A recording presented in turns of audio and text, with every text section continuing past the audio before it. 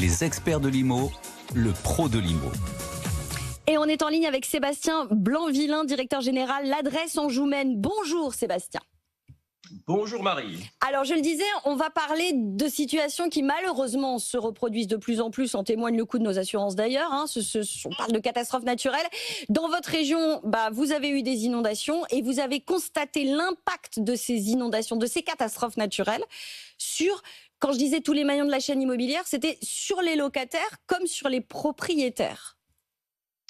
Oui, tout à fait. On a été touché début février et ça faisait 30 ans qu'on n'avait pas connu une telle situation où en effet on s'est retrouvé avec plusieurs communes, des dizaines et dizaines de logements inondés. Et c'est vrai qu'il a fallu gérer l'urgence et ça a un impact en effet sur le locataire puisque celui-ci se retrouve du jour au lendemain avec un bien qui est partiellement ou totalement inondé, donc il faut qu'il se reloge.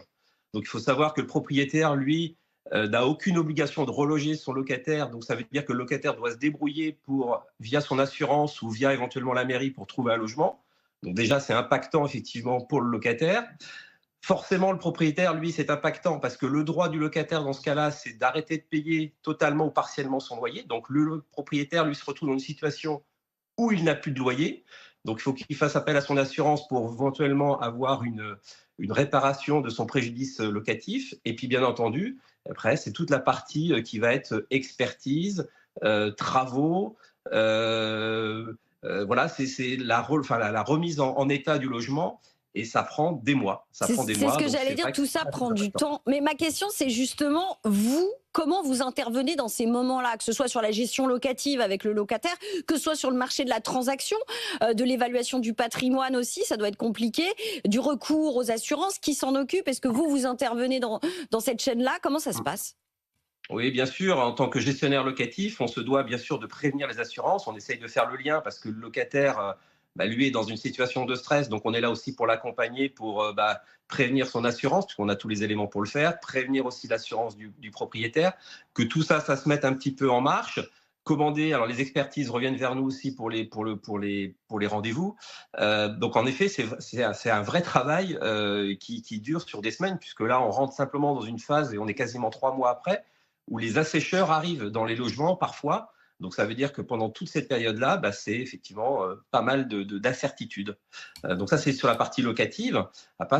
Sur la partie transaction, on se retrouve dans des cas de figure où vous avez des propriétaires, des futurs acquéreurs qui ont acheté des logements qui se sont retrouvés inondés et qui souhaitaient se désengager. Et là, forcément, dans le compromis, c'est une zone qui est à risque, qui est inondable. Le RP, les PPRN, etc., les plans de prévention des risques naturels, ont bien été indiqués. Et hélas, ou tant mieux, je ne sais pas, ça dépend si on se passe du côté acquéreur ou vendeur, l'acquéreur ne peut pas se rétracter.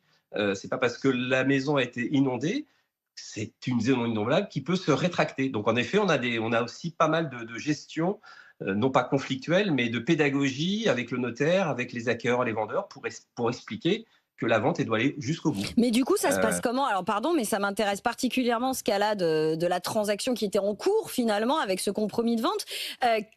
Est-ce que l'acheteur, il a d'ores et déjà un assureur? Comment ça se passe? Parce que comme on est quand même très en amont de la vente, qui assume les coûts au final? Alors là, c'est encore le vendeur, puisque la maison appartient encore au vendeur. Donc, c'est l'assurance du vendeur, bien entendu, qui va faire le nécessaire.